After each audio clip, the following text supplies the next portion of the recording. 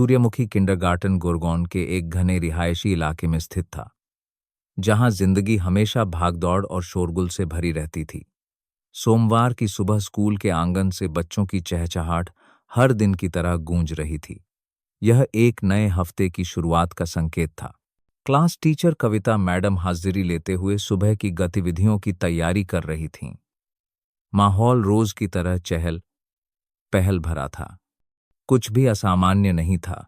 सब कुछ ठीक चल रहा था जब तक कि उनकी नज़र क्लास के एक कोने पर नहीं पड़ी। 5 साल की बच्ची प्रिया अभी भी अकेले चुपचाप खड़ी थी, अपने दोस्तों के झुंड से अलग। स्कूल वर्ष की शुरुआत से ही प्रिया एक अच्छी, शांत और कम बोलने वाली लेकिन मिलनसार बच्ची रही है। वह ध्यान आकर्षित नहीं करती थी, न ही बहुत होशियार थी, लेकिन उसने कभी भी इस तरह का अजीब व्यवहार नहीं किया था। कविता मैडम ने एक पल के लिए सोचा कि शायद वह थकी हुई है या बस आज सुबह स्कूल नहीं आना चाहती थी। बच्चे ऐसे ही होते हैं, उनका मूड हर दिन बदलता है, कभी कभी बिना किसी खास वजह के। उन्होंने हमेशा की तरह बच्चों को सर्कल एक्टिविटी कराना जारी रखा। जब वार्म अप गेम्स खत्म हो गए तो कहानी सुनाने का समय शुरू हुआ। कविता मैडम ने पूरी क्लास को चटाई पर बैठने और बेड हरती ह सुनने के लिए तैयार होने को कहा। बच्चे जल्दी से इकट्ठा हो गए, लेकिन प्रिया अपनी जगह से नहीं हिली। ऐसा लग रहा था जैसे वह आसपास की दुनिया से कट गई हो। कविता मैडम ने उसे नाम से पुकारा। उनकी आवाज कोमल थी, लेकिन कोई जवाब नहीं आया। उसकी आंखें कहीं और खोई हुई थीं, और जब उसने धीरे से अपना सिर झुकाया तो कविता मैडम को कुछ गड़बड़ महसूस होने लगी। वह उसके पास गईं, कुछ पूछने ही वाली थीं कि प्रिया अचानक बोल पड़ी। उसकी आवाज बहुत धीमी और टूटी हुई थी। उसने कहा कि उसे दर्द हो रहा है। स्पष्ट रूप से नहीं, विस्तार से नहीं, बस दर्द। कविता मैडम ने आगे पूछा तो उसने अपने पेट के निचले हिस्से की ओर इशारा किया और फिर चुप हो गई। यह चुप्पी किसी भी शब्द से ज्यादा भारी थी। उन्होंने जल्दी में और कुछ नहीं पूछा, बस सिर हिलाया और क्लास को सामान्य रूप से चलाना जारी रखा। लेकिन उनका मन बिल्कुल भी सामान्य नहीं था। किंडरगार्टन में पढ़ाते हुए 10 सालों में उन्होंने बीमार बच्चों, बुखार वाले बच्चों, दोस्तों से लड़ने वाले बच्चों और मां को याद करके रोने वाले बच्चों को देखा था। लेकिन किसी भी बच्चे ने कभी इतना दयनीय और समझ से बाहर वाक्य नहीं कहा था। कविता मैडम को जिस बात ने चौंका दिया वह बच्ची का दर्द नहीं था, बल्कि उसके ठीक बाद कहा गया वाक्य था। जब उन्होंने और नरमी से पूछने की कोशिश की तो प्रिया ने कहा कि पापा ने किसी को बताने से मना किया है। एक साधारण सा वाक्य, लेकिन यह उनके सीने पर पत्थर की तरह भारी था। कविता मैडम के दिमाग में तरह तरह की अटकलें बेतरतीब ढंग से उभरने लगीं। हो सकता है कि बच्ची को कोई बीमारी हो जिसे बड़े छिपा रहे हों। हो सकता है घर में कुछ ऐसा हुआ हो जिससे वह डर गई हो, और यह भी हो सकता है, लेकिन वह सबसे बुरे अनुमान के बारे में सोचने की हिम्मत नहीं कर पा रही थीं। हाल के वर्षों में अखबारों में छोटे बच्चों से जुड़े कई डरावने मामले छपे थे। वह यह विश्वास नहीं सोचने की हिम्मत नहीं कर पा रही थीं। करना चाहती थीं कि ऐसा उनकी क्लास में उनके छात्र के साथ हो सकता है। वह पूरी सुबह चुपचाप उस पर नजर रखती रहीं। प्रिया रोई नहीं, उसने कोई शोर मचाया, लेकिन उसने किसी भी गतिविधि में हिस्सा नहीं लिया। जब दोस्त ब्लॉक बना रहे थे तो वह बस चुपचाप बैठी रही। जब दोस्त गा और नाच रहे थे तो वह क्लास के कोने में सिमट गई। उसकी आंखें सब कुछ ऐसे देख रही थीं जैसे यह कोई अजनबी दुनिया हो। कविता मैडम ने देखा कि वह सुबह से लेकर दोपहर की नींद तक अपनी गुड़िया को कसकर पकड़े हुए थी। उसे गिरने नहीं दिया, हाथ से नहीं छोड़ा। जितना अधिक वह उसे देखती उतना ही उन्हें लगता कि कुछ बहुत गड़बड़ है। प्रिया की चुप्पी सामान्य थकान नहीं थी। यह एक ऐसे तनाव की स्थिति जैसा था जिसे बहुत लंबे समय तक दबाया गया हो। बच्चों के इतने शोर के बीच एक बच्चे की चुप्पी अजीब तरह से डरावनी हो गई। और वह समझ गईं कि वह इससे दूर नहीं रह सकती। दोपहर के भोजन के समय वह प्रिया को शिक्षकों के आराम कक्ष में ले गईं। एक छोटा कमरा जो इतना शांत था कि बच्ची डरे नहीं। वहां उन्होंने कुछ और सवाल पूछने की कोशिश की। प्रिया ने वही दोहराया जो उसने सुबह कहा था, लेकिन इस बार सच्चाई का एक छोटा सा टुकड़ा और जुड़ गया। पापा ने मुझे दर्द दिया, कोई विवरण नहीं, कोई वर्णन नहीं, बस ये 6 शब्द। लेकिन ये 6 शब्द एक अथाह गहरे घाव की तरह थे। कविता मैडम ने और पूछने की हिम्मत नहीं की, वह रोई भी नहीं, लेकिन उनके अंदर कुछ टूटने लगा। उस आदमी की छवि जो अक्सर प्रिया को स्कूल छोड़ने आता था, उनके दिमाग में कौंध गई। एक हांसमुख पिता, विनम्रता से बात करने वाला, कभी कभी शिक्षकों के लिए मिठाई भी लाता था। उसने एक बार उनसे अपनी बेटी के पढ़ाई के नतीजों के बारे में पूछा था। उसके हाव भाव में ऐसा कुछ भी नहीं था जिससे किसी को शक हो, लेकिन वह प्रिया की आंखों में मौजूद डर को नकार नहीं सकती थी। वह दोपहर भारी मन से गुजरी कविता मैडम अपने काम पर ध्यान केंद्रित नहीं कर पा रही थीं। उनका दिमाग सिर्फ प्रिया की बातों में घूम रहा था। वह किसी पर झूठा आरोप नहीं लगाना चाहती थीं और न ही चुप रहने की हिम्मत कर पा रही थीं। हर कार्रवाई के परिणाम हो सकते थे, लेकिन वह जानती थीं कि अगर आज उन्होंने कुछ नहीं किया तो शायद कल बहुत देर हो जाएगी। स्कूल की छुट्टी के समय जब बच्चे एक एक करके घर जा रहे थे, प्रिया अभी भी क्लास के कोने में चुपचाप बैठी थी। कविता मैडम और देर नहीं कर सकती थीं। वह जल्दी से प्रिंसिपल के कमरे की ओर बढ़ीं। हर कदम एक आत्म प्रश्न था, एक दमन था। जब उनके पीछे कमरे का दरवाजा बंद हुआ तो वह बस इतना ही कह पाईं, मुझे लगता है प्रिया के साथ कुछ ठीक नहीं है। और किसी शब्द की जरूरत नहीं थी। प्रिंसिपल शर्मा जी की आंखों का भाव बदल गया। उन्होंने चाय का कप मेज पर रख दिया और उस पल से सब कुछ पहले जैसा नहीं रह सकता था। प्रिंसिपल शर्मा जी ने कविता मैडम की पूरी बात चुपचाप सुनी। हर विवरण प्रिया से मिली। जानकारी का हर रंग उस छोटे से कमरे में हवा को गाढ़ा कर रहा था। पापा ने मुझे दर्द दिया या पापा ने किसी को बताने से मना किया है, जैसे शब्दों को एक गलतफहमी के रूप में नजरअंदाज नहीं किया जा सकता था। उनमें एक डर छिपा था, एक खतरे की घंटी थी जिसे बड़ों को नजरअंदाज करने की इजाजत नहीं थी। प्रिंसिपल शर्मा जी ने कविता मैडम से आज प्रिया पर और नजर रखने, उसके सभी व्यवहारों को नोट करने और स्कूल की छुट्टी से पहले रिपोर्ट करने को कहा। दोनों इस बात पर सहमत हुए कि अभी कोई निष्कर्ष नहीं निकाला जा सकता है, लेकिन इसे हल्के में भी नहीं लिया जा सकता। उन्हें डेटा की जरूरत थी। निर्णय लेने के लिए एक डरी हुई नजर से ज्यादा कुछ चाहिए था। लेकिन दोनों के दिलों में यह स्पष्ट था कि यह मामला यहीं खत्म नहीं हो सकता। दोपहर में कविता मैडम भारी आंखों से क्लास में लौटीं। क्लास अभी भी शोरगुल से भरी थी। बच्चे दिन की आखिरी गतिविधि की तैयारी कर रहे थे। अकेली प्रिया अभी भी अलग थलग थी। वह न तो बोल रही थी, न हंस रही थी, न ही भाग ले रही थी। कविता मैडम ने उसके हर हाव भाव, हर प्रतिक्रिया को नोट किया।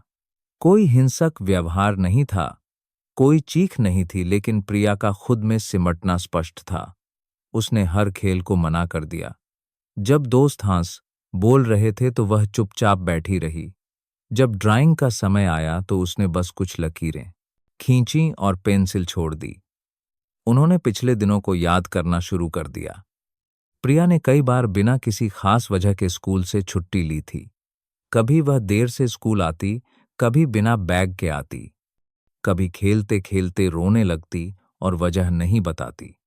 उन्हें एक बार याद आया जब प्रिया ने स्पोर्ट्स यूनिफॉर्म बदलने से मना कर दिया था और धीमी आवाज में कहा था कि उसे यह पसंद नहीं है।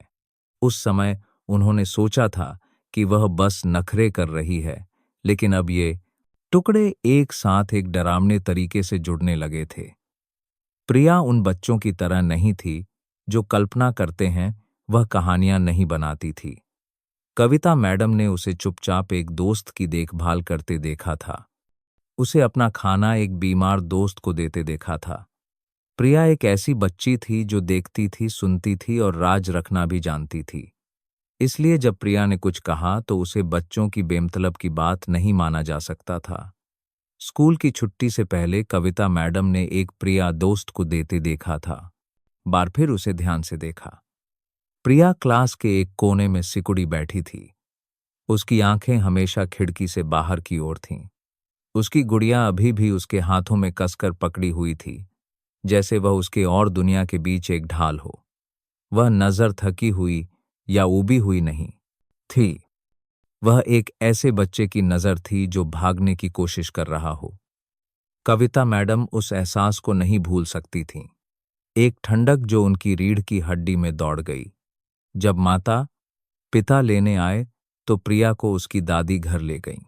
कविता मैडम ने अपनी डायरी में नोट किया कि बच्ची को बुखार या पेट दर्द के कोई स्पष्ट लक्षण नहीं थे, लेकिन वह पूरे दिन बेचैन रही। उन्होंने कोई निष्कर्ष नहीं निकाला, बस सच लिखा। उस रात वह सो नहीं सकीं। प्रिया का हर शब्द, हर हाव भाव उनके दिमाग में एक ऐसी फिल्म की तरह दोहराया जा रहा था जो बिना रुके रिवाइंड हो रही हो। वह जानती थीं कि उन्हें कार्रवाई करनी होगी और उन्हें और लोगों के साथ की जरूरत है। अगली सुबह वह 24 घंटों के अपने मुशाहदात की पूरी के पास कर कार्रवाई करनी होगी। रिपोर्ट के साथ प्रिंसिपल के कमरे में वापस गईं। प्रिंसिपल शर्मा जी ने हर पंक्ति पढ़ी, उनकी आंखें गंभीर हो गईं।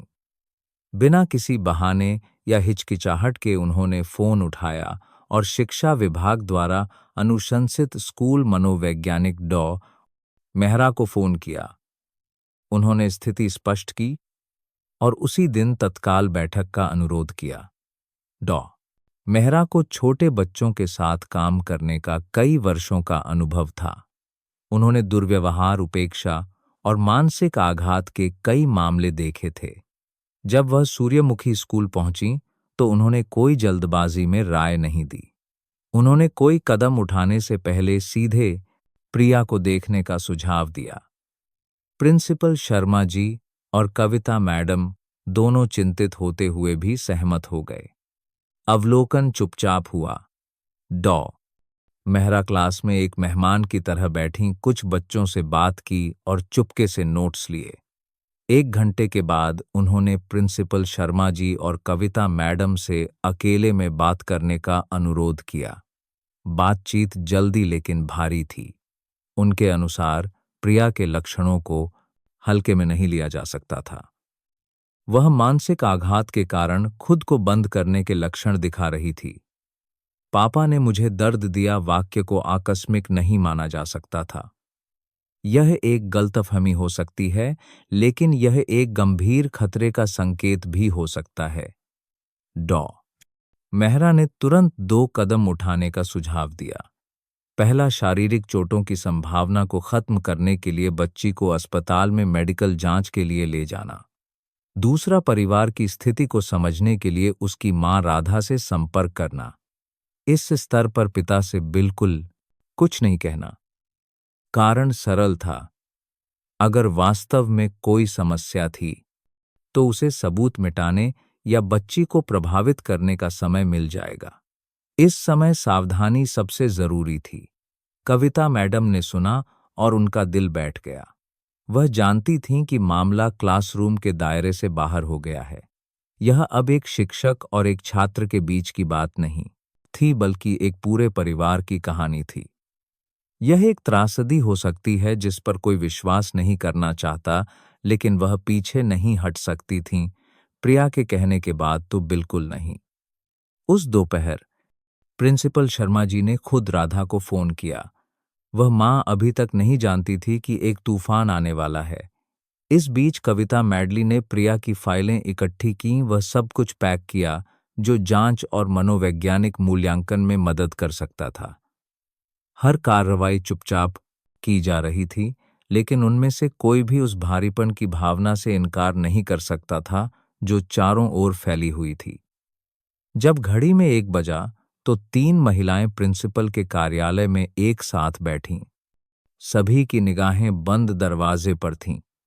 एक दरवाजा जो एक ऐसे सच को खोलने वाला था जिसे कोई छूना नहीं चाहता था। लेकिन वे सभी जानती थीं कि अब अंत तक जाने का समय आ गया है। परिणाम चाहे जो भी हो, वे एक और दिन चुप नहीं रह सकती थीं। राधा स्कूल तब पहुंची जब आसमान में अंधेरा छाने लगा था। वह महिला जो एक कपड़ा फैक्ट्री में रात की शिफ्ट में काम करती थी। उसने कभी नहीं सोचा था कि एक दिन उसे अपनी बेटी के स्कूल के प्रिंसिपल का इतने गंभीर लहजे में फोन आएगा। जब प्रिंसिपल शर्मा जी ने उसे अपने कार्यालय में आमंत्रित किया तो अंदर का माहौल उसे चौंका गया। प्रिंसिपल शर्मा जी, कविता मैडम और डॉ मेहरा तीनों वहां मौजूद थीं। सबकी निगाहें एक साथ उस पर टिकी थीं, लेकिन किसी ने तुरंत कुछ नहीं कहा। राधा बैठ गई, उसकी हथेलियां ठंडी हो गईं, उसका मन जैसे किसी असामान्य बात के लिए खुद को तैयार कर रहा था। प्रिंसिपल शर्मा जी ने सबसे पहले बात शुरू की। उन्होंने प्रिया के हाल के व्यवहार के बारे में बताया। उनकी आवाज शांत थी, लेकिन हर शब्द हवा में चाकू की तरह चुभ रहा था। कविता मैडम ने पिछली सुबह के बारे में बताना जारी रखा, प्रिया की आंखों के बारे में, उन टूटे फूटे वाक्यों के बारे में जिन्होंने उन्हें बेचैन कर दिया था। जब प्रिया के यह कहने की बात आई, पापा ने मुझे दर्द दिया, राधा ने सिर उठाकर सामने बैठी। 3 महिलाओं को देखा, उसका चेहरा धीरे धीरे पीला पड़ गया। उसने तुरंत कोई हारहस बीला पड़ गया प्रतिक्रिया नहीं दी। उसका एक हिस्सा यह मानना चाहता था कि यह एक गलतफहमी है। दूसरा हिस्सा अब किसी भी चीज पर विश्वास नहीं करना चाहता था। भावनाएं आपस में उलझ रही थीं, कोई भी दूसरे से ज्यादा स्पष्ट नहीं थी। जब डॉ मेहरा ने बोलना शुरू किया तो उनकी आवाज एक ऐसे व्यक्ति की तरह स्थिर थी जो सबसे अजीब पलों का आदी हो। कमरे में माहौल और भी भारी हो गया। उन्होंने कहा कि प्रिया को रात में ही बच्चों के अस्पताल में जांच के लिए ले जाने की जरूरत है। सब कुछ गुप्त रूप से किया जाएगा, किसी और को सूचित नहीं किया जाएगा, खासकर उसके पति रमेश को। इस वाक्य ने राधा को स्तब्ध कर दिया। इसलिए नहीं कि वह समझ नहीं पा रही थी, बल्कि इसलिए कि उसे एहसास होने लगा था कि उसके परिवार में कुछ ऐसा है जिसे वह इतने लंबे समय से नजरअंदाज कर रही थी। उसे देर रात काम से घर लौटने की रातें याद आईं, जब बेटी सो चुकी होती थी और पति जाग रहा होता था। जब भी वह कुछ पूछती तो उसकी आंखें हमेशा बचती थीं। सुबह जल्दी उठकर पति बेटी को स्कूल छोड़ता और फिर देर रात तक गायब हो जाता। एक बार उसने अपने पति के फोन में कुछ अजीब कॉल देखी, लेकिन पूछा नहीं। एक बार उसने बेटी को कमरे में सिसकते हुए सुना और सोचा कि वह सपना देख रही है। उसने तब भी पूछताछ नहीं की। वे सभी छोटे विवरण जिन्हें नजरअंदाज कर दिया गया था, अब बदला लेने के लिए वापस आ रहे थे। उसे नहीं पता था कि उस समय उसके अंदर क्या भावना थी, दुख, गुस्सा, डर या सब एक साथ। लेकिन एक बात स्पष्ट थी, उसे इस मामले की तह तक जाना था। उसने सहमति में सिर हिलाया। सब कुछ जल्दी से व्यवस्थित किया गया। कविता मैडम राधा के साथ प्रिया को अस्पताल ले जाने के लिए जिम्मेदार थीं, जबकि डॉ मेहरा जरूरत पड़ने पर पुलिस के साथ समन्वय करेंगी। प्रिंसिपल शर्मा जी संपर्क और सूचना प्रबंधन के लिए स्कूल में रुकीं। अस्पताल के रास्ते में राधा ने कुछ नहीं कहा। प्रिया चुपचाप बैठी थी, उसकी आंखें बाहर देख रही थीं। कविता मैडम कभी कभी मुड़कर उसे देखतीं, लेकिन ज्यादा पूछताछ नहीं करतीं। तनाव की भावना हर चुप्पी के दरार में घुस गई थी। कार में हर कोई अपनी अपनी चिंताओं में डूबा था, लेकिन सभी का एक ही मंजिल था, सच्चाई। बच्चों के अस्पताल में प्रक्रियाएं चुपचाप की गईं। कविता मैडम ने स्कूल से एक रेफरल पत्र प्रस्तुत किया और विभाग के प्रमुख डॉक्टर ने सीधे फाइल स्वीकार कर ली। राधा ने व्यक्तिगत जानकारी भरी, उसके हाथ कांप रहे थे, लेकिन फिर भी उसने अपनी लिखावट को स्पष्ट रखने की कोशिश की।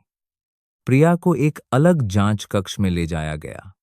एक महिला डॉक्टर और नर्स ने एक साथ काम किया, माहौल को यथासंभव हल्का रखने की कोशिश की। बाहर डॉ मेहरा ने शिक्षा विभाग को फोन करके स्थिति की जानकारी दी। सब कुछ पूरी तरह से दर्ज किया गया, हर कदम निर्धारित प्रक्रिया के अनुसार किया गया। गलती की कोई गुंजाइश नहीं थी, भावनाओं की कोई जगह नहीं थी। लेकिन प्रक्रियाओं और नियमों के बीच ऐसे लोग भी थे जो डरे हुए थे। डर था कि वे बहुत देर कर चुके हैं। डर था कि वे एक घर को नष्ट कर रहे हैं। डर था कि सबसे बुरा होगा। राधा जांच कक्ष के बाहर इंतजार कर रही थी। उसकी आंखें बंद दरवाजे से नहीं हट रही थीं। कविता मैडम उसके बगल में बैठी थीं। कभी कभी घड़ी देखती थीं। एक और डॉक्टर आया और दोनों को बाहर जाने का सुझाव दिया ताकि प्रिया अधिक सहज महसूस कर सके। वे सहमत हो गईं। जब जांच कक्ष का दरवाजा बंद हुआ तो बाहर के सभी वयस्कों के पास इंतजार करने के अलावा कोई चारा नहीं था। राधा के लिए वह समय किसी भी रात की शिफ्ट से ज्यादा लंबा था। हर गुजरता मिनट उसके सिर में एक तेज घंटी की तरह बज रहा था। उसने रमेश के साथ बिताए सभी दिनों को याद करना शुरू कर दिया। वह पति जिसे कभी एक आदर्श माना जाता था। वह शराब नहीं पीता था, जुआ नहीं खेलता था। बस एक बात थी, वह हमेशा अस्पष्ट कारणों से खर्चों को छिपाता था। कई बार वह कुछ घंटों के लिए गायब हो जाता और अस्पष्ट कारणों के साथ घर लौटता। लेकिन उसने कभी शक नहीं किया कि वह अपनी बेटी को नुकसान पहुंचाएगा। कभी नहीं। अब वह सारा विश्वास टुकड़ों में बिखर रहा था। किसी ने स्पष्ट रूप से कुछ नहीं कहा, लेकिन उसकी बेटी की चुप्पी, उसकी भयभीत आंखें, उसके टूटे फूटे वाक्य, ये सब एक चेतावनी की घंटी की तरह थे जिसे उसने बहुत लंबे समय तक नजरअंदाज किया था। और उसने खुद से पूछना शुरू कर दिया, अगर सच में कुछ हुआ है तो मैं इतने समय से कहाँ थी? मैं किस तरह की मां हूं?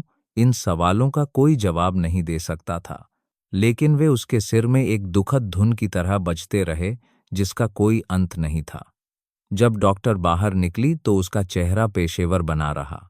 राधा उछल पड़ी, लेकिन जवाब अभी नहीं आया। डॉक्टर ने बस इतना कहा कि रिपोर्ट पूरी करने में थोड़ा और समय लगेगा और वे उन्हें बाद में बात करने के लिए बुलाएंगी।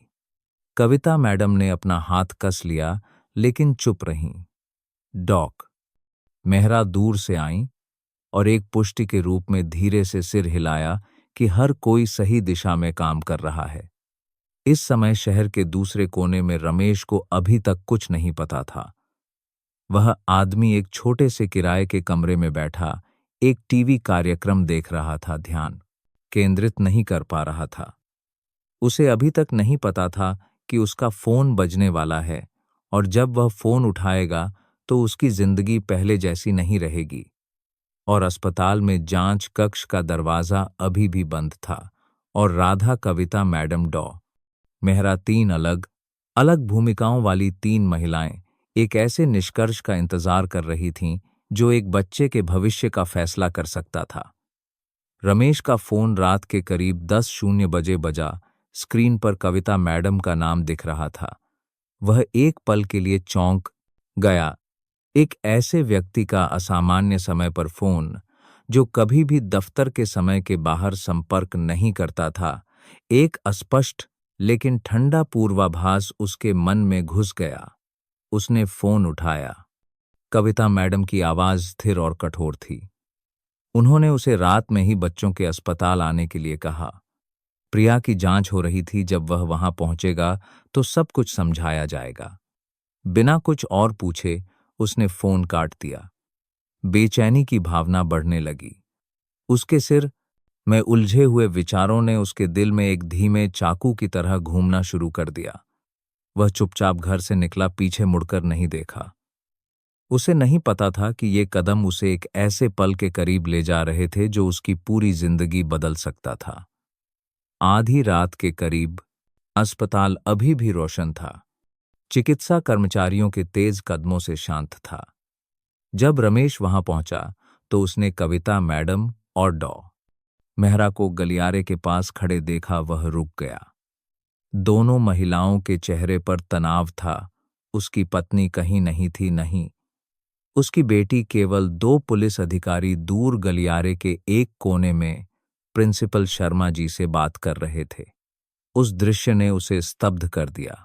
इससे पहले कि वह कुछ कह पाता, उसकी आंखें चारों ओर घूमने लगीं और फिर उन दो लोगों में से एक की वर्दी पर रुक गईं। यह महसूस करते ही कि वह पुलिस वाले हैं, वह अचानक कविता मैडम की ओर मुड़ा। सवाल शब्दों में नहीं निकला, लेकिन उसकी तीखी नजर एक ऐसा सवाल था जिससे बचा नहीं जा सकता था। कविता मैडम ने जवाब नहीं दिया। मेहरा आगे बढ़ी, उनकी आवाज शांत थी। उन्होंने उसे शांत रहने के लिए कहा। प्रिया की डॉक्टर जांच कर रहे थे। सब कुछ अभी भी जांच की प्रक्रिया में था। कोई किसी पर आरोप नहीं लगा रहा था। लेकिन रमेश ने पूरी बात नहीं सुनी। जब से उसकी नजर पुलिस की वर्दी पर पड़ी थी, उसका दिमाग खाली हो गया था। उसके सीने में एक उथल पुथल मच गई। वह चिल्लाया नहीं, चीखा नहीं, लेकिन घबराहट स्पष्ट रूप से दिखाई दे रही थी। गुस्से के कारण नहीं, बल्कि डर के कारण। उसने कांपती आवाज में फिर से पूछा, वे यहां किस लिए आए हैं? उन्हें उस पर किस बात का शक है? कविता मैडली जवाब नहीं दे सकीं। मेहरा ने शांत स्वर में, स्कूल में जो हुआ, प्रिया ने जो कहा, उसके असामान्य व्यवहार के बारे में दोहराया। सब कुछ जिसने स्कूल को कार्रवाई करने, रिपोर्ट करने और बच्ची को जांच के लिए ले जाने के लिए मजबूर किया। रमेश बिना किसी प्रतिक्रिया के खड़ा रहा, लेकिन उसकी आंखें धीरे धीरे अत्यधिक घबराहट में बदल गईं। फिर बिना एक और शब्द कहे वह गलियारे से मुड़ा और मुख्य दरवाजे की ओर सीधा चला गया। सब कुछ इतनी तेजी से हुआ कि कोई प्रतिक्रिया नहीं दे सका।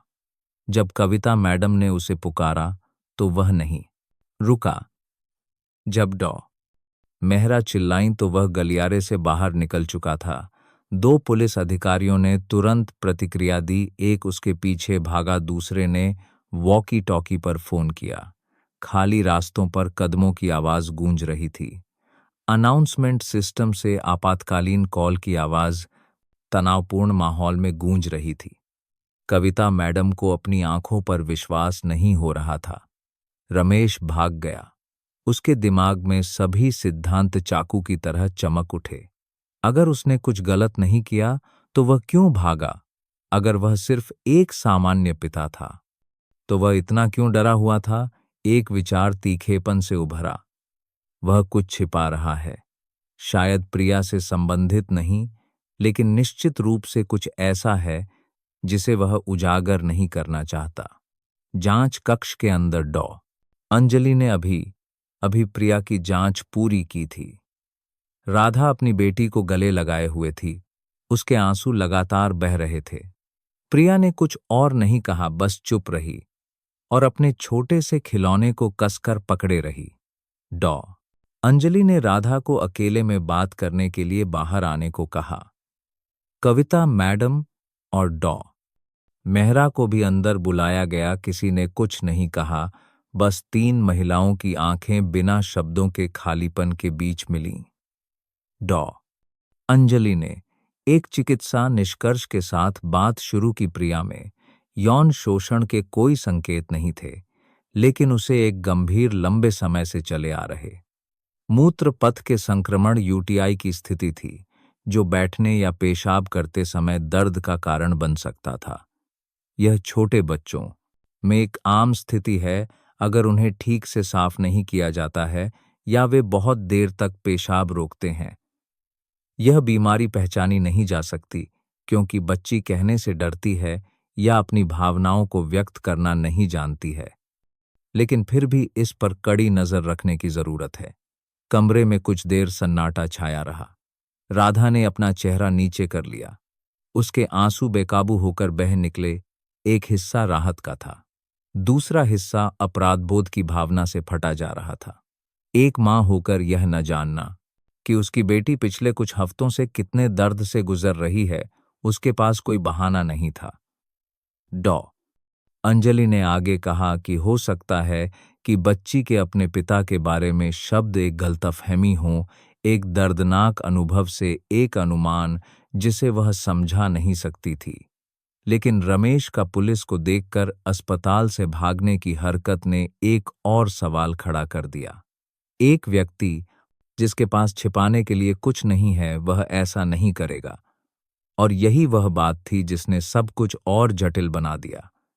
कविता मैडम ने हर शब्द सुना और ऐसा महसूस किया जैसे कोई उनके दिल को निचोड़ रहा हो। उन्होंने शक किया था, सबसे बुरे की कल्पना की थी। यह मान लिया था कि वह पिता अपनी बेटी को नुकसान पहुंचाने वाला है। लेकिन अब जब सच्चाई वहां नहीं थी, तो वह खुद को कम भ्रमित नहीं पा रही थी। तो फिर कारण क्या था? और रमेश किस चीज से भाग रहा था? गलियारे के बाहर पुलिस की गाड़ी का सायरन गूंज रहा था। हर गूंज जैसे लोगों के दिलों में गहराई तक उतर रही थी। एक चिकित्सा कर्मचारी पास से गुजरा और धीरे से कहा, उन्होंने उसे पकड़ लिया।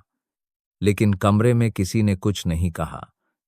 3 महिलाएं अभी भी वहां बैठी थीं, हर एक अलग दिशा में देख रही थी, अपनी अपनी चिंताओं में डूबी हुई।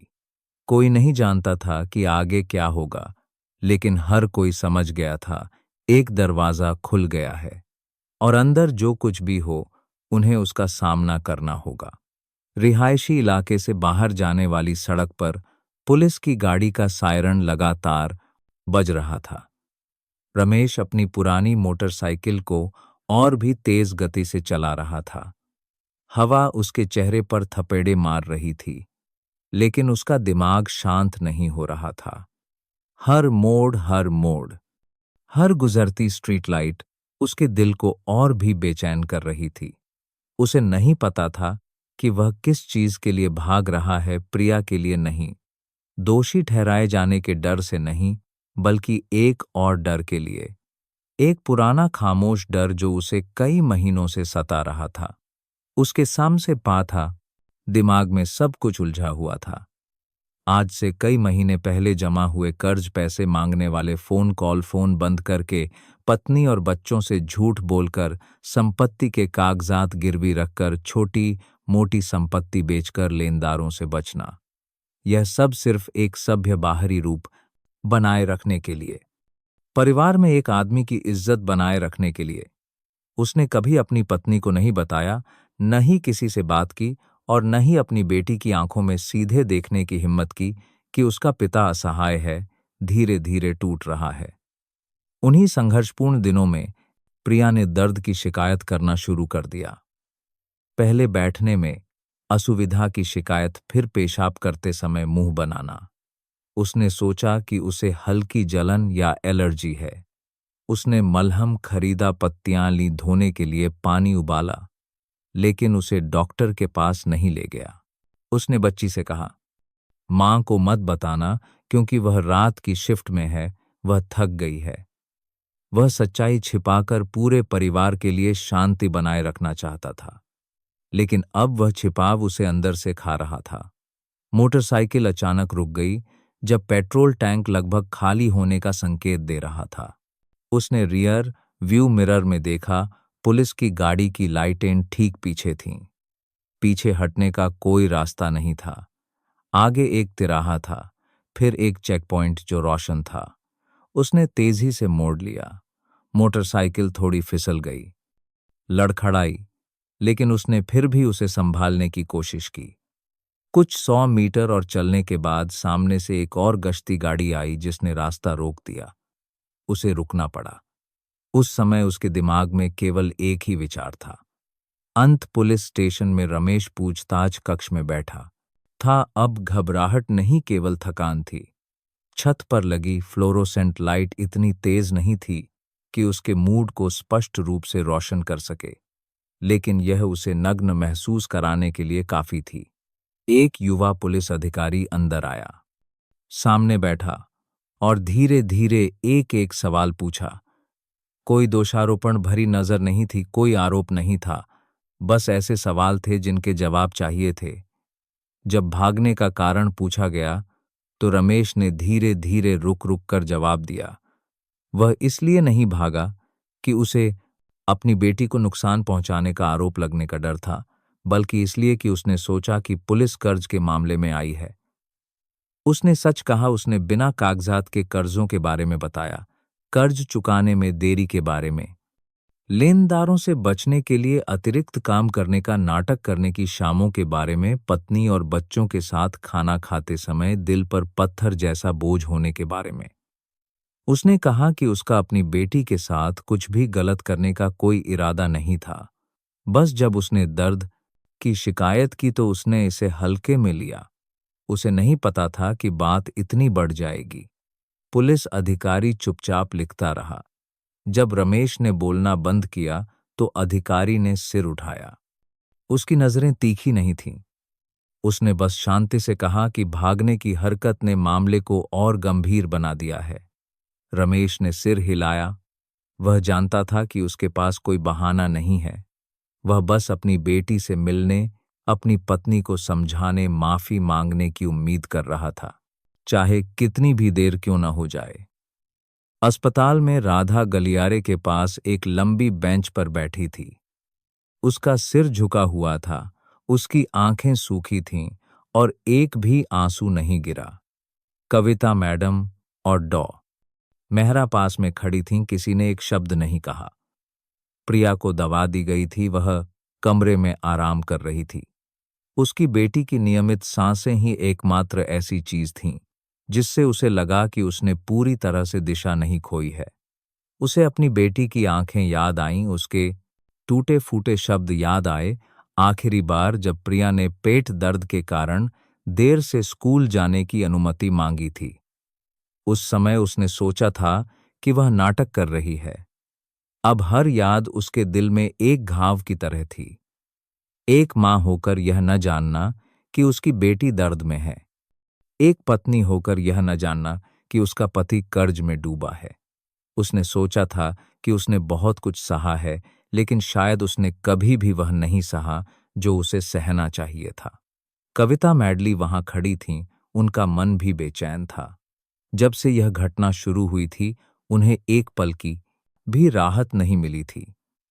यह जानकर कि प्रिया के साथ दुर्व्यवहार नहीं हुआ था, उन्होंने राहत की सांस ली। लेकिन उसके बाद जो हुआ वह एक और दुःस्वप्न था। उन्होंने शक किया था, कल्पना की थी, निष्कर्ष निकाला था। सब कुछ अंतर्ज्ञान और डर पर आधारित था। उन्हें विश्वास था कि उन्होंने सही किया है, लेकिन अब वह सही एक से अधिक अपूर्णता से भरा था। डॉ मेहरा पास आईं और कविता मैडम और राधा से धीरे से कहा कि रमेश को चिकित्सा पक्ष के साथ आगे की कार्रवाई के लिए वापस अस्पताल लाया जा रहा है। राधा ने कोई प्रतिक्रिया नहीं दी। कविता मैडम ने फर्श की ओर देखा। उनमें से कोई नहीं जानता था कि आने वाली मुलाकात के लिए खुद को कैसे तैयार किया जाए। एक पति जिसने छिपाया था, एक पिता जिसने अपनी बेटी को चुप रहने के लिए मजबूर किया था, एक आदमी जो सच्चाई से भागा और फिर वापस आया क्योंकि उसके पास कोई और रास्ता नहीं था। जब रमेश प्रवेश द्वार पर दिखाई दिया तो सबकी आंखें एक साथ उस ओर मुड़ गईं। कोई आगे नहीं बढ़ा, न ही कोई पीछे हटा। रमेश सीधा राधा के पास गया, थोड़ी दूरी पर रुक गया। उनके बीच एक खामोश खालीपन था जिसमें कोई दखल नहीं दे सकता था। किसी स्पष्टीकरण की जरूरत नहीं थी, न ही किसी दोषारोपण की। राधा ने उसे देखा, उसकी आंखें थकी हुई थीं, उसकी आवाज धीमी लेकिन स्पष्ट थी। तुम बच्ची को और नहीं डराओगे। अस्पताल के कमरे में प्रिया ने आंखें खोलीं। उसने दरवाजे के फ्रेम से अपने पिता की छाया देखी। वह पूरी तरह से समझ नहीं पा रही थी कि क्या हो रहा है, लेकिन जब उसने अपने पिता को वहां खड़े देखा, बिना कुछ कहे बस देखते हुए, तो उसने अपने हाथ में खिलौना कसकर पकड़ लिया। कोई नहीं जानता था कि वह क्या सोच रही है। बस इतना पता था कि उस पल में पिता और बेटी के बीच एक पुराना रिश्ता, गलतियों और क्षमा के बीच पहली ईंट रखी गई थी। भले ही कोई यह कहने की हिम्मत नहीं कर सकता था कि यह कब तक चलेगा। अगली सुबह अस्पताल अपनी सामान्य लय में बना रहा, लेकिन उस छोटे से कमरे में जहां प्रिया लेटी थी, हवा जैसे थमसी गई थी। राधा अपनी बेटी के बिस्तर के पास बैठी थी। उसकी आंखें शीशे की खिड़की से बाहर देख रही थीं। वह पूरी रात नहीं सोई थी। जब भी वह अपनी आंखें बंद करती, पिछले कुछ दिनों की सभी यादें स्पष्ट नग्न रूप में उभर आतीं, उसे एक पल की भी शांति नहीं देती। दर्द निवारक दवा की खुराक के बाद प्रिया शांति से सो रही थी। उसका चेहरा अधिक शांत था। डॉ अंजलि सुबह जल्दी आई थीं। उन्होंने कहा कि बच्ची की हालत में सुधार हो रहा है, बस कुछ और दिनों तक निगरानी की जरूरत है। लेकिन शारीरिक दर्द केवल एक हिस्सा था। वह अपनी बेटी के दिल के घावों के बारे में अधिक चिंतित थी। वे बातें जो वह शब्दों में व्यक्त नहीं कर सकती थी, वे लंबी खामोशियां जो हानिरहित लगने वाले वाक्यों के बीच थीं। गलियारे के बाहर कविता मैडम दरवाजे के पास खड़ी थीं। उनकी आंखें अस्पताल के कमरे की ओर थीं। वह अभी भी पछतावे से भरी थीं। जब उन्होंने डॉ अंजलि से पुष्टि सुनी कि बच्ची के साथ दुर्व्यवहार नहीं हुआ है, तो उन्हें राहत मिली। लेकिन अपराधबोध की भावना और भी बढ़ गई। उन्होंने एक पिता पर शक किया था, सबसे बुरे की कल्पना की थी। एक बच्चे की डरी हुई आंखों को बिना पुष्टि के सबूत के रूप में माना लिया था। अब जब सब कुछ धीरे धीरे स्पष्ट हो रहा था, तो उन्हें एहसास हुआ कि अंतर्ज्ञान सही हो सकता है, लेकिन अपर्याप्त डेटा के साथ अनुमान आसानी से अवांछित परिणाम दे सकता है। उन्होंने बोलने के लिए खुद को दोषी नहीं ठहराया, लेकिन वह अभी भी सोच रही थीं कि उन्होंने इसे कैसे संभाला। यह और नरम और अधिक सतर्क हो सकता था। शायद करुणा के लिए थोड़ा संदेह छोड़ दिया जा सकता था। उनके बगल में मनोवैज्ञानिक डॉ मेहरा एक पुलिस अधिकारी से बात कर रही थीं। उनके पास रमेश पर आरोप लगाने के लिए पर्याप्त आधार नहीं थे। दुर्व्यवहार का कोई संकेत नहीं था, यौन शोषण का कोई सबूत नहीं था। प्रिया ने जो कहा था वह लंबे समय तक दर्द के कारण था, जिसने उसकी भावनाओं को भ्रमित कर दिया था। पिता का बच्ची को बताने से मना करना भी जबरदस्ती के रूप में वर्गीकृत नहीं किया जा सकता था। जब उसने खुद कबूल किया कि वह बस नहीं चाहता था कि उसकी मां चिंतित हो, फिर भी उसका भागने का कार्य असामान्य था। इसने सब कुछ जटिल बना दिया, व्यापक संदेह पैदा किया और सबसे बढ़कर इसमें शामिल लोगों को इस तरह से चोट पहुंचाई जिसे ठीक करना आसान नहीं था। लेकिन अगर दूसरे दृष्टिकोण से देखा जाए तो वह कार्य एक ऐसे व्यक्ति का मौन स्वीकारोक्ति भी था जो अपनी हताशा के अंत तक पहुंच गया था। गलियारे के दूसरी तरफ प्रतीक्षालय में रमेश एक विचारशील चेहरे के साथ बैठा था।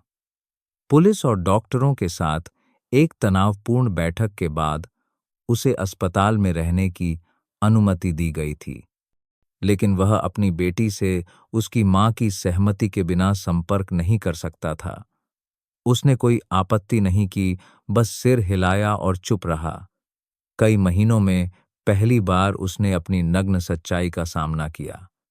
कोई छिपाव नहीं, कोई धोखा नहीं, और टूटे हुए विश्वास के अलावा खोने के लिए कुछ भी नहीं। उसने राधा के बारे में सोचा, वह पत्नी जो उसके साथ सबसे कठिन वर्षों से गुजरी थी। उसने प्रिया के बारे में सोचा, वह बेटी जिस पर वह हमेशा गर्व करता था, हमेशा सोचता था कि वह उसे हर तरह से बचा सकता है। फिर भी यह वह खुद था जिसने अपनी बेटी को एक भयानक गलतफहमी का केंद्र बना दिया, सिर्फ इसलिए कि उसमें यह स्वीकार करने की हिम्मत नहीं थी कि वह असफल हो गया है, बहुत गरीब हो गया है, बहुत कमजोर हो गया है और बहुत अभिमानी हो गया है। अस्पताल के कमरे के अंदर राधा अभी भी चुप थी। जब प्रिया जागी तो उसने अपनी मां की ओर देखा, न पूछा न कहा, बस देखा। वह धीरे से मुस्कुराई, एक मजबूर मुस्कान। लेकिन यह वह सब कुछ था जो वह उस समय अपनी बेटी को दे सकती थी। बच्ची ने कल की तरह मुंह नहीं बनाया, लेकिन उसकी आंखों में अभी भी थोड़ी झिझक थी। वह जानती थी कि प्रिया अभी तक नहीं भूली है। उसने प्रोत्साहन के शब्द फुसफुसाए, इस बारे में बात की कि वह जल्द ही घर जाएगी, कुछ दिनों के लिए स्कूल से छुट्टी लेगी, अपनी पसंदीदा खिचड़ी खाएगी। बच्ची ने कोई प्रतिक्रिया नहीं दी, लेकिन उसकी आंखें नरम हो गईं। उसने कई हफ्तों में पहली बार अपनी बेटी का हाथ पकड़ा और महसूस किया कि दोनों के बीच का नाजुक संबंध धीरे धीरे बहाल हो रहा है। लेकिन बाहर कविता मैडम शीशे के दरवाजे के सामने बहुत देर तक खड़ी रहीं। उन्होंने राधा को अपनी बेटी के पास बैठे देखा और उनका दिल दुख गया। उन्होंने सोचा था कि उन्होंने सब कुछ सही किया है। यह विश्वास था कि तेजी से प्रतिक्रिया करना एक बच्चे की रक्षा करने का सबसे अच्छा तरीका है। लेकिन अब उन्हें एहसास हुआ कि कभी कभी जल्दबाजी भी लोगों के दिलों को चोट पहुंचा सकती है। वह अंदर जाकर माफी मांगना चाहती थीं। राधा से एक शब्द कहना चाहती थीं, लेकिन उनका गला रूंध गया। डॉ मेहरा आईं। उन्होंने अपना हाथ धीरे से उनके कंधे पर रखा। उन्हें कुछ कहने की जरूरत नहीं थी। अपनी पुरानी सहकर्मी की आंखों में उन्हें सांत्वना महसूस हुई। डॉ मेहरा ने उन्हें दोषी नहीं ठहराया, नहीं उन्हें सलाह दी कि क्या करना है। उन्होंने बस एक ही वाक्य कहा, हम सभी की रक्षा नहीं कर सकते, लेकिन हम अपनी पूरी कोशिश कर सकते हैं। जब रात हुई तो अस्पताल शांत हो गया। राधा अपनी बेटी के पास रही, एक पल के लिए भी नहीं हटी। रमेश को प्रतीक्षालय में सोने की व्यवस्था की गई। कविता मैडम घर गईं, लेकिन उनका मन बेचैन था। पूरी रात वह प्रिया के शब्दों, राधा की आंखों, रमेश के हाव भाव के बारे में सोचती रहीं। हर किसी का अपना दर्द, अपना छिपा हुआ कोना, अपनी खामोशी। और उन्हें एहसास हुआ कि जो कुछ भी वह मानती थीं कि सरल है, वह वास्तव में उतना आसान नहीं था जितना उन्होंने सोचा था। 2 दिन बाद प्रिया को अस्पताल से छुट्टी मिल गई। उसकी स्वास्थ्य स्थिति स्थिर हो गई थी। डॉक्टर ने घर पर लेने के लिए और उन्होंने के लिए और आरंड दवाएं दीं और 1 हफ्ते बाद दोबारा जांच के लिए आने को कहा। वह 1 सप्ताह की शुरुआत में सूर्यमुखी किंडरगार्टन लौटी, माहौल हमेशा की तरह चहल पहल भरा था। प्रिया क्लास में और चुपचाप दाखिल हुई, लेकिन उसकी आंखें अब बच नहीं रही थीं। वह अपने दोस्तों के साथ बैठ गई, मैडम की कहानी सुनी और धीरे धीरे परिचित दिनचर्या में फिर से घुल मिल गई। कविता मैडम क्लास के एक कोने में खड़ी होकर देख रही थीं। जब उन्होंने प्रिया को एक दोस्त के मजाक पर धीरे से हंसते हुए देखा तो उन्होंने राहत की सांस ली। जब से सब सबसे दोस्त के बात की, दोस्त के मजाक पर धीरे से हंसते हुए देखा, कुछ शुरू हुआ था। कई दिन बीत चुके थे, लेकिन चिंता की भावना अभी भी उन्हें नहीं छोड़ी थी। हालांकि बच्ची ने पुरानी बातों का कोई जिक्र नहीं किया और न ही क्लास में किसी ने इस बारे में बात की, लेकिन वह जानती थीं कि हर कोई समझ गया था कि कुछ हुआ है और वह चुपचाप ठीक हो रहा है। स्कूल के बाद कविता मैडम स्कूल के गेट के बाहर राधा से मिलीं। दोनों ने एक दूसरे को कुछ देर देखा। किसी ने तुरंत कुछ नहीं कहा। राधा ने पहले बोलना शुरू किया। उसकी आवाज थकी हुई थी, लेकिन दोषारोपण नहीं था। उसने प्रिया पर ध्यान देने के लिए, उसके असामान्य व्यवहार को नजरअंदाज न करने के लिए धन्यवाद दिया। कविता मैडम ने सिर झुकाया। वह बहुत कुछ कहना चाहती थीं, माफी मांगना चाहती थीं, लेकिन समझ नहीं पा रही थीं कि कहां से शुरू करें। अंत में वह बस कुछ छोटे वाक्य ही कह पाईं कि उन्हें नहीं पता था कि बात इतनी बढ़ जाएगी। राधा ने सिर हिलाया और कहा कि अगर वह नहीं होती तो उसे नहीं पता चलता कि उसकी बेटी को कितना दर्द हो रहा है। एक माँ का दर्द कभी कभी उसी रोजी रोटी के चक्कर में दब जाता है जिसमें वे फंसी होती हैं। रमेश दूर खड़ा था, आगे नहीं बढ़ा। पुलिस और स्कूल प्रबंधन के साथ बैठक के बाद वह जैसे हर मामले में एक कदम पीछे हट गया था। किसी ने उसे अपनी बेटी से दूर रहने के लिए मजबूर नहीं किया, लेकिन उसने खुद महसूस किया कि उसे कुछ समय चाहिए। प्रिया के अस्पताल में रहने के दौरान वह बस बाहर खड़ा रहता। जब तक वह सो नहीं जाती तब तक इंतजार करता और फिर मिलने जाता। एक बार वह घंटों तक शीशे के दरवाजे से अपनी बेटी को देखता रहा, कुछ नहीं कहा। राधा ने वह नजर देखी, लेकिन कोई प्रतिक्रिया नहीं दी। वह भी नहीं जानती थी कि उसने उसे माफ कर दिया है या नहीं। बस इतना पता था कि सब कुछ में समय लगेगा और रमेश इसे स्वीकार कर रहा था।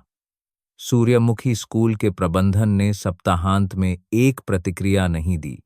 आंतरिक बैठक आयोजित की। कोई माता पिता नहीं, कोई छात्र नहीं, केवल सभी शिक्षक। प्रिंसिपल शर्मा जी ने एक कहानी के साथ शुरुआत की जिसमें नाम नहीं लिया गया, पात्रों का उल्लेख नहीं किया गया, लेकिन हर कोई समझ गया कि यह प्रिया की कहानी है। उन्होंने एक शिक्षक की अवलोकन की भूमिका के बारे में बात की, अंतर्ज्ञान पर विश्वास के बारे में, लेकिन हर निर्णय में सावधानी के महत्व पर भी जोर दिया। कविता मैडम कमरे के बीच में चुपचाप बैठी थीं। जब डॉ मेहरा ने आगे साझा किया तो किसी ने उन्हें नहीं टोका। डॉ मेहरा ने इस बात पर जोर दिया कि छोटे बच्चे हमेशा अपने दर्द को व्यक्त करने का तरीका नहीं जानते हैं। कभी कभी वे बस रोते हैं, बस बचते हैं, बस कुछ छोटे शब्द कहते हैं जिन्हें बड़े आसानी से नजरअंदाज कर देते हैं। शिक्षकों का आसपास के बड़ों का काम अनुमान लगाना नहीं है, बल्कि नहीं होना है। सबसे धुंधले संकेत भी एकमात्र संकेत हो सकते हैं कि एक बच्चा मदद के लिए पुकार रहा है। कविता मैडम ने चुपचाप उन विचारों को अपनी डायरी में लिखा, रिपोर्ट करने के लिए नहीं, बल्कि खुद को याद दिलाने के लिए। बैठक के बाद शिक्षक छोटे समूहों में बांट गए। छात्रों की निगरानी में सुधार के तरीकों पर और चर्चा की। कविता मैडम ने हर क्लास के लिए दैनिक भावनात्मक निगरानी लॉगबुक बनाने का विचार प्रस्तावित किया। बहुत कुछ लिखने की जरूरत नहीं, बस बच्चे के मूड, छोटे बदलाव, महत्वहीन लगने वाले विवरणों पर कुछ पंक्तियां। इस विचार पर सहमति बनी। कविता मैडम को हल्का महसूस हुआ। हालांकि वह जो बीत गया उसे पूरी तरह से मिटा नहीं सकती थीं। वह ऐसा कुछ कर सकती थीं ताकि ऐसी घटनाएं कम हों। घर पर राधा और रमेश ने फिर से बात करना शुरू कर दिया। लंबा नहीं, आसान नहीं, लेकिन सच्चा। प्रिया को सुलाने के बाद शाम को उसने उससे कर्ज के बारे में, क्या उधार लिया, क्या चुकाया, कितना बचा है के बारे में पूछा। वह सारे कागजात ले आया। पहली बार कुछ भी नहीं छिपाया। राधा चुपचाप सुनती रही, कभी कभी सिर हिलाती, कभी कभी आह भरती। कोई और दोषारोपण नहीं, बस एक गड़बड़ी के ढेर से फिर से शुरू हो रहा था। रमेश ने कहा कि उसने सोचा था कि वह सब कुछ खुद ही संभाल लेगा, कि अपनी पत्नी और बच्चों से छिपाना परिवार को शांत रखने का सबसे अच्छा तरीका है। लेकिन उस घटना के बाद उसे एहसास हुआ कि उसकी चुप्पी ने उन लोगों को सबसे ज्यादा चोट पहुंचाई है जिन्हें वह सबसे ज्यादा प्यार करता है। राधा ने यह सुनकर आंसू बहाए। गुस्से के कारण नहीं, बल्कि बहुत थक जाने के कारण। दोनों बहुत लंबे समय तक चुप रहे थे। इतना कि जब सब कुछ टूट गया तो किसी को नहीं पता था कि इसे फिर से जोड़ने के लिए कहां से शुरू करें। उन्होंने वित्तीय परामर्श लेने, रिश्तेदारों से मदद मांगने और सबसे महत्वपूर्ण बात, एक दूसरे से अधिक बार बात करने पर सहमति व्यक्त की। और छिपाना नहीं और चुप रहना नहीं, क्योंकि वे सिर्फ पति पत्नी नहीं थे, बल्कि एक ऐसे बच्चे के माता पिता भी थे जिसे लगभग अकेले ही सहना पड़ा था। प्रिया को नहीं पता था कि क्या हो रहा है। उसने बस महसूस किया कि घर का माहौल बदल गया है। रात के खाने में तीनों लोग थे। पापा अब मां की आंखों से नहीं बचते थे। मां अब संक्षिप्त रूप से बात नहीं करती थी। वह ज्यादा हंसती थी, ज्यादा खाती थी। प्रिया के लिए ये छोटी छोटी बातें एक ऐसे घर के पहले संकेत थे जिसे ठीक किया जा रहा था। कविता मैडम एक नई डायरी के साथ सप्ताह की शुरुआत में स्कूल लौटीं। उन्होंने इसे भावनाओं की डायरी नाम दिया। हर दिन वह क्लास के छात्रों के बारे में कुछ पंक्तियां लिखती थीं, जांच करने के लिए नहीं, बल्कि याद रखने के लिए। क्योंकि उन्होंने एक बात सीखी थी, एक बच्चा जो अपने दर्द को स्पष्ट रूप से नहीं बता सकता है, उसके पास हमेशा बड़ों को यह बताने का एक तरीका होता है। अगर बड़े ध्यान से देखने सुनने और विश्वास करने के लिए तैयार हूं। एक सप्ताहांत की दोपहर प्रिया का परिवार पास के एक पार्क में गया। आसमान साफ था, हवा हल्की थी। प्रिया घास पर इधर उधर दौड़ रही थी, कभी कभी पत्ते उठाने के लिए झुकती और फिर अपने माता पिता को देखकर मुस्कुराती। उसकी हंसी हवा में घंटियों की तरह गूंज रही थी, शांत जगह में फैल रही थी। राधा और रमेश एक पत्थर की बेंच पर बैठे थे, चुपचाप अपनी बेटी को देख रहे थे। उनकी आंखें उसके हर छोटे कदम का पीछा कर रही थीं। दोनों ने ज्यादा कुछ नहीं कहा, लेकिन उनके दिलों में हर कोई समझ गया था कि उन्होंने एक आसान रास्ता तय नहीं किया है। लंबी चिंता भरी रातें, घुटन भरी खामोशियां, वे सवाल जिनका जवाब देने की किसी में हिम्मत नहीं थी। अब सब कुछ पीछे रह गया था। शांत शांति के लिए जगह बना रहा था। कोई नहीं जानता था कि भविष्य कैसा होगा, लेकिन वर्तमान यह क्षण वास्तविक था और यह उन्हें जारी रखने के लिए काफी था। राधा बहुत देर तक चुप बैठी रही और फिर रमेश की ओर मुड़ी। उसकी आवाज गहरी लेकिन कोमल थी। उसने कहा कि इस बार उसे एहसास हुआ कि उसने बहुत कुछ खो दिया है। वे शामें जब उसने अपनी बेटी के साथ खाना नहीं खाया, वे सुबहें जब वह जल्दी में घर से निकल गई, वे बार जब उसने बच्ची की पूछने वाली आंखों को नजरअंदाज कर दिया क्योंकि वह बहुत थक गई थी। उसने कहा कि अब से वह प्रिया के लिए ज्यादा समय निकालेगी, किसी भी चीज को उन पलों के बीच नहीं आने देगी जो परिवार के होने चाहिए थे। रमेश ने बिना टोके सुना। जब वह रुकी तो उसने बस संक्षेप में कहा कि वह भी बदल गया है। अब छिपाता नहीं है। अब यह नहीं सोचता कि उसे सब कुछ अकेले ही उठाना है। अब से उसने वादा किया कि वह उसे बताएगा कि वह किसी भी चीज का सामना कर रहा है। अब इज्जत के लिए नहीं, अब आंके जाने के डर से नहीं, बल्कि इसलिए कि उसने सीखा था कि एक ऐसे आदमी से ज्यादा कमजोर कुछ भी नहीं है जो चुप रहना चुनता है जब परिवार को सच्चाई की जरूरत होती है। प्रिया अभी भी पास के एक पेड़ के नीचे खेल रही थी। उसने अपनी परिचित गुड़िया निकाली और उसे धीरे से घास पर रखा और फिर धीरे धीरे गाने लगी। स्कूल में सीखा गया गाना। एक बच्चे की आवाज जो पूरी तरह से स्पष्ट नहीं थी, लेकिन उसमें कुछ ऐसा था जो दिल को छू लेने वाला था। वह पूरी तरह से नहीं समझ पाई थी कि उसके माता पिता ने क्या कहा है, लेकिन उसने बदलाव महसूस किया और वह ज्यादा हौस रही थी, बेहतर सो रही थी और अब अजीब सपने नहीं देख रही थी।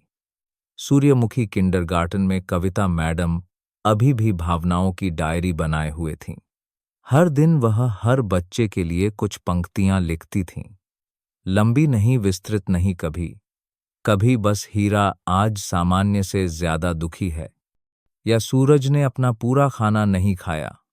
छोटे विवरण, लेकिन सभी दर्ज किए गए।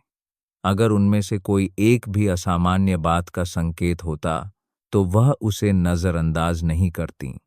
मनोवैज्ञानिक डॉ मेहरा और प्रिंसिपल शर्मा जी ने भी आंतरिक साझाकरण सत्र आयोजित किए, जिसमें शिक्षकों को छात्रों के मनोविज्ञान का अवलोकन करने के बारे में चर्चा करने के लिए आमंत्रित किया गया। केवल बाहरी अभिव्यक्तियों पर नहीं रुकना, बल्कि चुप्पी के पीछे की आवाज है सुनना सीखना। प्रिया की कहानी का सार्वजनिक रूप से उल्लेख नहीं किया गया था, लेकिन हर कोई समझ गया था कि अब से वे बच्चों को सतही तरीके से नहीं देख सकते। एक दिन स्कूल के बाद कविता मैडम ने प्रिया को मेज पर रखी भावनाओं की डायरी में कुछ लिखते हुए देखा। उसने ऊपर देखा और मुस्कुराई और कहा कि वह कविता मैडम की तरह डायरी लिख रही है। उन्होंने पूछा कि वह क्या लिख रही है। प्रिया ने जवाब दिया, मुझे आज मजा आया। कविता मैडम हौस पड़ी और फिर डायरी में एक और पंक्ति लिखी। प्रिया ने कहा कि उसे मजा आया। इस पंक्ति में कुछ खास नहीं था, लेकिन इसने पूरे पन्ने को गर्मजोशी से भर दिया। रमेश ने खामोशी के दिनों के बाद अपनी बेटी के साथ खुलना सीखा। हर रात वह प्रिया को एक कहानी सुनाता। कॉमिक्स की जरूरत नहीं, पिक्चर बुक्स की जरूरत नहीं, बस वे छोटी छोटी बातें जो उसने दिन में देखी थीं। कभी कभी यह एक गुस्सैल चौकीदार की कहानी होती, कभी कभी एक सहकर्मी का मजाक। प्रिया ध्यान से सुनती, कभी कभी एक मासूम सवाल पूछती। वे बातचीत हालांकि सरल थीं, एक ऐसे धागे को फिर से जोड़ दिया था जो लगभग टूट गया था। राधा भी बदल गई। उसने अपनी शिफ्ट कम करने का अनुरोध किया, प्रशासनिक काम में चली गई। वेतन कम था, लेकिन बेटी के साथ समय ज्यादा था। हर सुबह वह प्रिया को बिना जल्दबाजी के स्कूल ले जाती। हर दोपहर उसे लेने के बाद वह रुकती और क्लास में हुई कुछ बातें सुनती। वे छोटे छोटे टुकड़े उसने उन्हें एक साथ पिरोकर यादों की एक श्रृंखला बना ली, ताकि जब प्रिया बड़ी हो तो उसे खुद से यह न पूछना पड़े कि वह अपनी बेटी के बचपन में कहाँ थी। गर्मी आ गई। साल के अंत में अभिभावक शिक्षक बैठक में कविता मैडम ने पूरी क्लास को भावनात्मक डायरी लिखने के बारे में बताया। उन्होंने नाम नहीं लिया, बस इतना कहा कि एक बार एक पलटा शह करता है छात्र था, जिसने उन्हें एहसास दिलाया कि कभी कभी एक अजीब नज़र भी मदद के लिए एक पुकार हो सकती है। माता पिता चुपचाप सिर हिला रहे थे। कमरे के अंत में बैठी एक माँ ने फुसफुसाया, अब से मैं अपनी बेटी को और ध्यान से देखूंगी। उन बातों को नजरअंदाज नहीं करूंगी जो बेतुकी लगती हैं। आखिरी स्कूल का दिन समाप्त हुआ। प्रिया दौड़कर अपनी माँ को कसकर गले लगा लिया और फिर अपने पिता को देखकर जोर से हंसी। तीनों घर की ओर चले, ज्यादा बात नहीं की, बस एक दूसरे के साथ चले। प्रिया ने अपने माता पिता को स्कूल के आंगन में लगे बादाम के पेड़ के बारे में बताया, जिसमें फल लग गए थे। बताया कि कविता मैडम ने वादा किया है कि अगर सभी दोस्त अच्छे रहेंगे तो वह क्लास में एक पिकनिक आयोजित करेंगी। कहानी बिना किसी शुरुआत या अंत के चलती रही, जैसे एक छोटी सी नदी जो खुरदुरे पत्थरों से होकर बहती है और फिर धीरे धीरे चिकनी हो जाती है। रास्ते में रमेश राधा की ओर मुड़ा और धीरे से पूछा कि क्या उन्हें प्रिया के लिए मनोवैज्ञानिक सहायता के लिए आवेदन करना चाहिए। उसने सिर हिलाया, इसलिए नहीं कि बेटी अभी भी घबराई हुई है, बल्कि इसलिए कि मैं यह सुनिश्चित करना चाहती हूं कि सभी चोटों को ठीक से देखा जाए, प्यार और गलतफहमी के बीच कोई खालीपन न रह जाए। रमेश सहमत हो गया और कई महीनों में पहली बार दोनों ने एक हल्के मन से भविष्य के बारे में सोचा। प्रिया की कहानी अखबारों में नहीं छपी, नहीं यह चर्चा का विषय बनी। यह चुपचाप उन बड़ों की यादों में रह गई जो कभी संदेह और जिम्मेदारी के बीच एक नाजुक रेखा पर खड़े थे। लेकिन उनके लिए यह एक मील का पत्थर था। यह याद दिलाता है कि एक शोरगुल भरी दुनिया में कभी कभी सबसे जरूरी चीज जोर से बोलना नहीं है, बल्कि बहुत छोटी छोटी बातों को सुनना है। क्योंकि एक अजीब नजर, एक अधूरा वाक्य, एक लंबी खामोशी, ये सभी उस चाबी को खोल सकते हैं जो बड़ों ने कभी नहीं सोची थी। और अगर वे सुनने के लिए नहीं रुकते तो वे शायद एक बच्चे के पूरे बचपन से गुजर जाते जो चुपचाप मदद के लिए पुकार रहा था। प्रिय दर्शकों, आज की कहानी सुनने के लिए, समय निकालने के लिए आपका बहुत बहुत धन्यवाद। यह न केवल एक भावनात्मक यात्रा थी, बल्कि प्यार, समझ और एक दूसरे के प्रति जिम्मेदारी पर एक गहरा सबक भी था, खासकर परिवार और स्कूल में जहां समाज के अंकुर पोषित होते हैं। कहानी के हर विवरण के माध्यम से हम महसूस करते हैं कि कभी कभी एक नज़र, एक हिचकिचाता हुआ शब्द या एक बच्चे की लंबी खामोशी मदद के लिए एक संकेत हो सकती है, जिसे बड़ों को पूरे दिल से सुनने की जरूरत है। सबसे कीमती चीज पूर्णता में नहीं है, बल्कि बदलने की इच्छा, पीछे देखने और ठीक करने की इच्छा में है।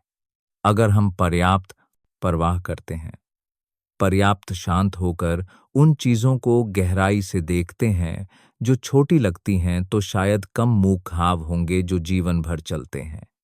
आपकी रुचि और साथ हमारे लिए सबसे बड़ा प्रोत्साहन है। ताकि हम सार्थक कहानियां सुनाते रहें। अगर आपको आज की कहानी विचारणीय लगी तो कृपया लाइक करें, नीचे अपनी भावनाओं को साझा करें और चैनल को सब्सक्राइब करें ताकि जीवन में और भी सकारात्मक संदेश फैलाए जा सकें। एक बार फिर आपका बहुत बहुत धन्यवाद। आप सब कहाँ से यह कहानी सुन रहे हैं, हमें कमेंट में ज़रूर बताइएगा। आपको यह कहानी कैसी लगी? हम प्रार्थना करते हैं कि आप और आपका परिवार हमेशा सुरक्षित और शांति से रहें।